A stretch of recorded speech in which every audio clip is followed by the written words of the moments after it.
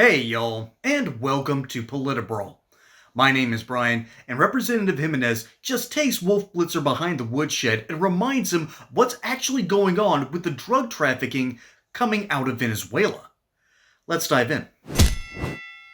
Was it legal to go ahead and kill them? The issue is the mission itself. What is the mission? The mission is the destruction of the boat and the destruction of all the drugs.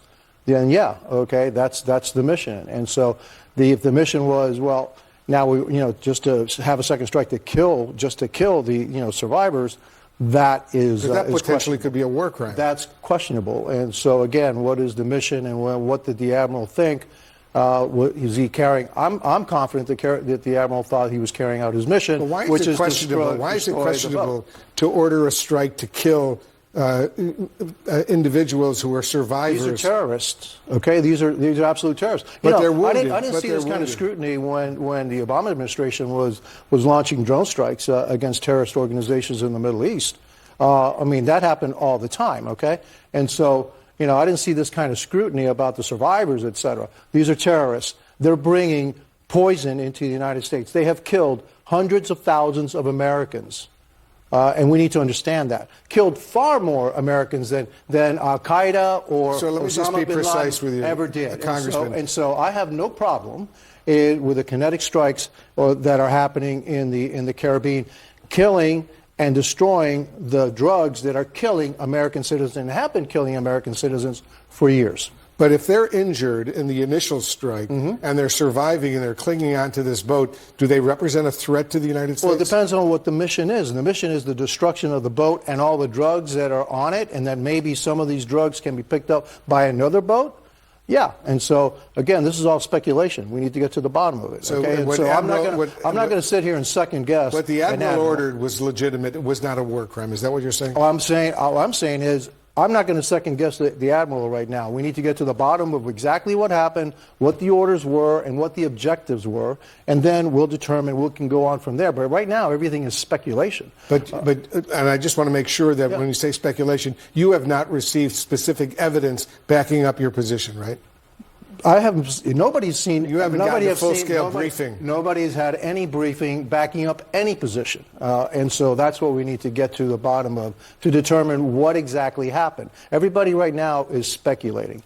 Everybody, and I'm including everybody, is speculating. Including the President of the United States? No, I'm not saying the President of the United States. He probably has all the facts, okay? But everybody else outside of that circle, they're probably speculating as to exactly what happened and why the orders were given.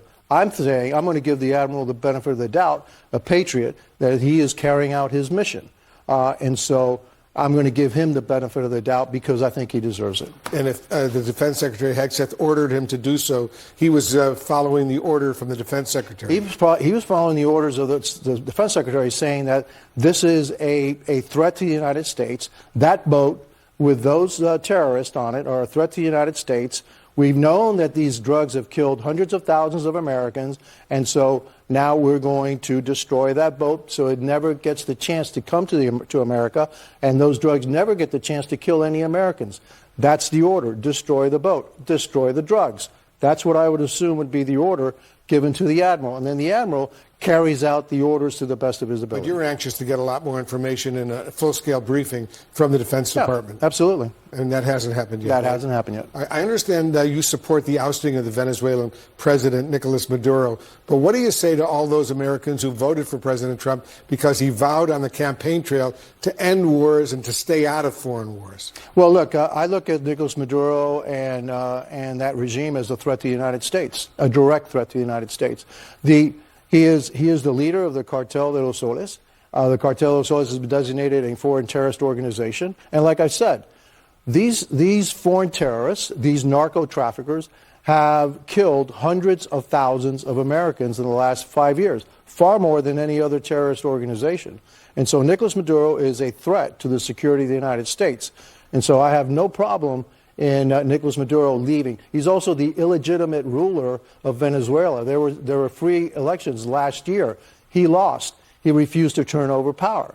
And so, I think the Venezuelan people deserve freedom and democracy. But I also believe, because I do represent the United States of America, I'm a U.S. congressman, Nicolas Maduro is a threat to the safety and well-being of the American people. So I just want to be precise, Congressman. Now, yes or no? Do you want the U.S. to expand its military operations not only in Honduras but in Mexico and Colombia as well? I would expect that I would want that the President of the United States talks to the President of Mexico and asks the President of Mexico to take a more direct stance and more decisive action against the cartels that control her northern border. Those cartels were responsible for flooding the America with millions of illegal immigrants, and those cartels are also responsible for flooding America with lethal fentanyl that's killed hundreds of thousands of Americans, and those cartels are in cahoots with China, because China produces 97% of the precursor drugs that make fentanyl. And so China is also involved in all this. And so we've been turning a blind eye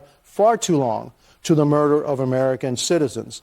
Wolf Blitzer just continues to get worse and worse and worse as he ages. Some people age like fine wine, but this guy, I think, has lost the plot.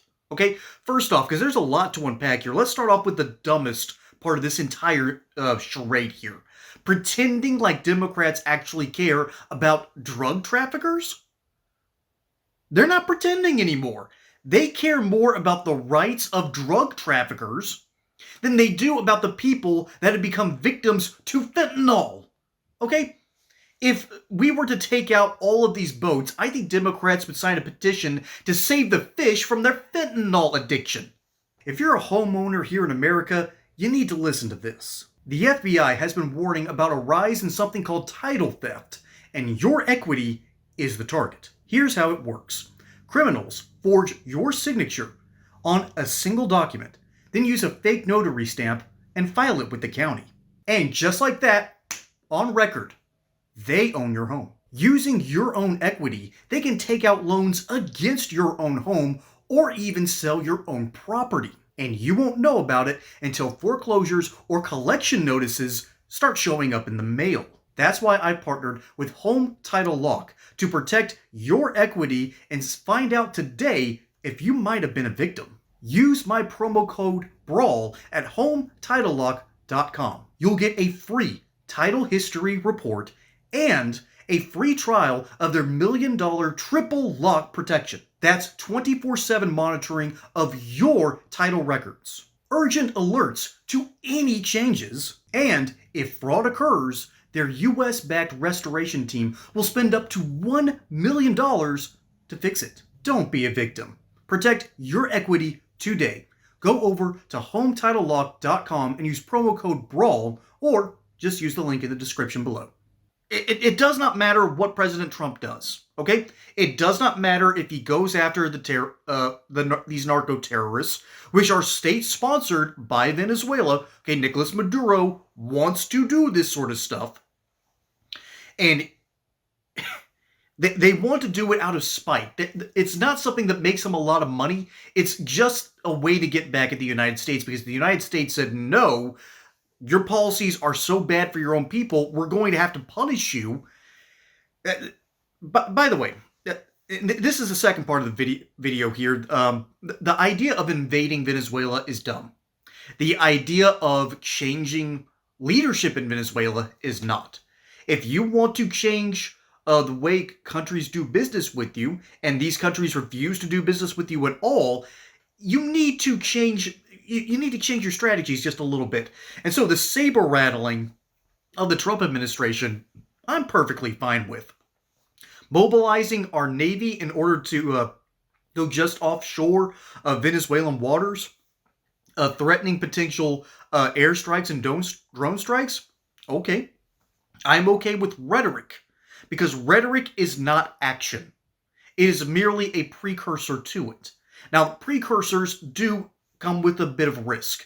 Talking about regime change in Venezuela does come with risk. We've tried it before, and pretty much ever since South Korea, regime change for the United States has not gone well. Didn't work in Vietnam. It didn't really work in Grenada. It worked after World War II and the Korean War with Japan, Germany, and South Korea, but it hasn't worked too well since. I just look no further than Iraq and Afghanistan. So another strategy needs to be tried, a different kind of diplomacy, because we are in a post-Cold War era. No Gone are the days where you need these massive coalitions in order to take out bad actors across the world. That era no longer exists. And so Wolf Blitzer is asking the wrong questions. And Gimenez here is just answering them to the best of his abilities. And the Latino lobby down in Cuba, sorry, not Cuba, Little Cuba, so to speak, down in Miami, of course, where Marco Rubio used to be based out of, they do not like the Venezuelan government. They don't like it because it's the same mentality that destroyed Cuba. Okay? It is the same leftist-style Marxist government that leads to nothing but misery and destruction because ultimately lefty policies do not work from a governmental standpoint. Okay? Commune ideals can work on small groups of people, like literally small groups. It doesn't work for a nation. Period. It should be that simple, but we have to relearn these lessons over and over and over. And so, you now have Democrats wondering, what's going on? Why are we striking these boats? Is this a potential war crime? Now, the war crimes that they're talking about, and this is a serious allegation, you aren't supposed to attack people when they're basically on their life rafts. If you've sank the boat, you don't strafe the survivors. Okay? That is typical of warfare. Because once you defeat an opponent, the whole idea is you don't humiliate the opponent. You don't continue to remind them, ha, you lost. You show some sportsmanship, so to speak. I know it's weird talking warfare, particularly when I haven't served myself, but I can at least say what I know from what I've read and what I've talked to people about. And what constantly shows up is you show dignity to your opponent. And so the war crime idea is if you've sank the boat, you don't go in there and go after the survivors, right? Well, it turns out we didn't fully sink the boat. And with the supplies on it that they're using to traffic drugs to the United States. And so, since we are not technically at war, these individuals are acting sort of in an insurgent basis, basically acting as, under terms of espionage, spies. They are not acting under the classic rules of war. So to call any strike against them a war crime is ridiculous. It has no legal basis, and it never will. But the Democrats care more about this idea, slinging these terms around. That's why Wolf Blitzer is bringing it up to begin with, because remember, this is CNN. Okay? CNN, as I've said ad nauseum, placates the emotions and ideas of rich white liberals. They have no basis in reality. And they're talking about potential war crimes when it doesn't match any of the definitions. This is just a ridiculous point of politics that ultimately reminds everyone just how weird things are. Again, like I said earlier in this video, if we were to sink narco boats, Democrats would petition for the rights of fishes that are addicted to the fentanyl drugs that got leaked into the Gulf. This is just a crazy scenario that just gets weirder and weirder and weirder. And Gimenez here is kind of tired of this nonsense. And to be honest, so am I. So let me know what you think down in the comments below. My name is Brian. Hope you enjoyed that segment here on PolitiBrawl. Don't forget to like and subscribe. Catch you on the next one. Till then, y'all have a good one.